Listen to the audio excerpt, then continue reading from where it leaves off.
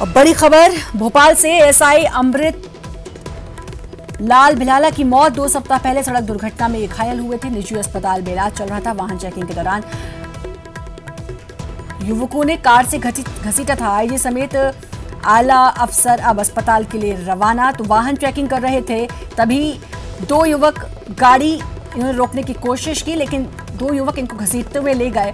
उसके बाद speed breaker पे जाकर ये टकराए। डंपर इन्होंने पकड़ रखा था और उसके बाद स्पीड ब्रेकर पर जाकर गाड़ी टकराई। गाड़ी आगे चली गई और इनको घसीटते हुए गाड़ी ले गई थी। आपको बता दें कि 2 हफ्ते पहले की ये बात है, घायल हुए थे, लेकिन अब बुरी खबर कि एएसआई अमृत लाल भिलाला की मौत हो गई है।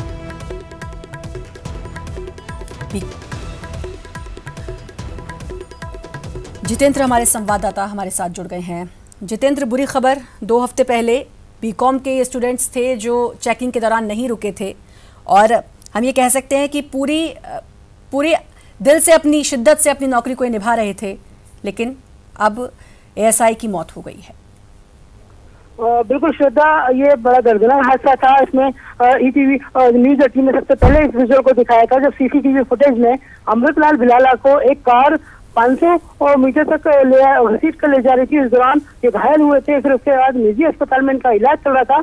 आज दोपहर तड़के इन्होंने प्राण त्याग दिए हैं। हालांकि पुलिस के आला अधिकारी मौके पर पहुंच रहे हैं और इनसे मिलने मुख्यमंत्री शिवराज सिंह चौहान भी पहुंचे थे।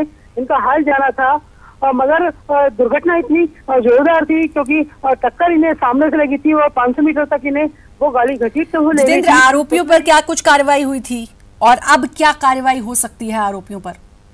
देखिए, आरोपियों को उस समय गिरफ्तार कर लिया गया था और उसके बाद उन पर गैर इजाजतन हत्या का मामला भी दर्ज कर लिया गया था, मगर अब 302 की धारा के तहत मामला और दर्ज कर लिया जाएगा। साथ ही तीनों जो आरोपी हैं उन्हें कठोर कार्रवाई के तहत आगे और सजा भुगतना पड़ेगी। आरोपी अभी भी पुलिस की गिरफ्त में है? बिल्कुल, अगले दिन ही 24 घंटे के अंदर ही पुलिस ने तीनों आरोपियों को गिरफ्तार कर लिया था, कार समेत गिरफ्तार कर लिया था, क्योंकि इसमें सबसे अहम सीसीटीवी फुटेज थे जिसके आधार पर तीनों आरोपियों की गिरफ्तारी हो गई थी। हालांकि अभी काफी पैच और होना बाकी, सामने खुलना बाकी है कि भिलाला उस समय जो ड्यूटी कर रहे थे तब क्या कंडीशन बनी थी, क्योंकि वो ड्यूटी के दौरान ही घायल हुए थे। और अभी कौन कौन हॉस्पिटल में मौजूद है, कौन कौन पहुंचे हैं वहां पर पुलिस के आला अधिकारी? देखिए, डीआईजी हैं धर्मेंद्र चौधरी, इसके अलावा आईजी हैं वो पहुंच रहे हैं, जयदीप प्रसाद और शहीद पुलिस के वरिष्ठ जो अधिकारी हैं, साथ ही निशादपुरा थाना का पूरा स्टाफ है, अन्य जो उनके सहयोगी हैं, सारे लोग पहुंच रहे हैं। और मृतक अमृत लाल भिलाला के जो परिजन हैं वो भी अस्पताल परिसर में मौजूद हैं। जी, एक बात ये भी कि जितेंद्र, भारी पड़ गया उनको शिद्दत से अपनी नौकरी निभाना, क्योंकि कुछ ऐसे हम कह सकते हैं बिगड़े लोग, बिगड़े लड़के, जिनको ना स्पीड का ख्याल होता है ना किसी चीज़ का, और अपनी धुन में वो चलते रहते हैं। उनको अगर रोकने की कोशिश की जाए तो कानून का उल्लंघन करना उनके लिए कोई बहुत बड़ी बात नहीं होती है, लेकिन खामियाजा भुगतना पड़ता है कुछ ऐसे लोगों को जो बहुत शिद्दत से अपनी नौकरी को निभाते हैं, अपने काम को करते हैं। बिल्कुल श्रद्धा, जमीनी स्तर पर जो सिपाही काम करता है उसके पास मूलभूत सुविधाएं नहीं होती हैं, सुरक्षा उपकरण नहीं होते हैं, जिसके अभाव में कईयों बार वो वाहन की चपेट में आ जाते हैं। अमृत लाल भिलाला भी जिस समय ड्यूटी पर तैनात थे, उनके पास ऐसे सुरक्षा के उपकरण नहीं थे जिससे वो गाड़ियों को रोक सके। इसी के चलते जो कार है, उन्होंने अल्टो कार ने उन्हें सामने से टक्कर मारी और 500 मीटर तक घसीटते हुए अमृत लाल भिलाला को वो कार ले गई थी। इसी दौरान वो काफी गंभीर रूप से जख्मी हो गए थे।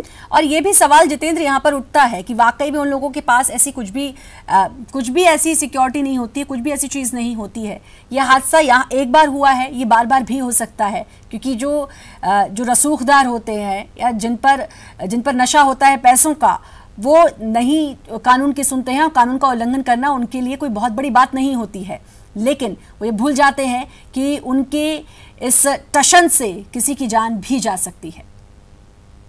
बिल्कुल श्रद्धा, ये जो वाहन चेकिंग की जाती है, इस दौरान राहगीरों को भी नुकसान होता है, क्योंकि वो भी पुलिस को देखकर भागते हैं। कहीं ना कहीं पुलिस भी अपनी जिम्मेदारी निभाती है और वाहन के सामने आ जाती है। इसके चलते दोनों ही लोगों की जान पे जोखिम बना रहता है, मगर सुरक्षा उपकरण को लेकर अभी भी यातायात पुलिस ने ऐसी कोई व्यवस्था नहीं की है।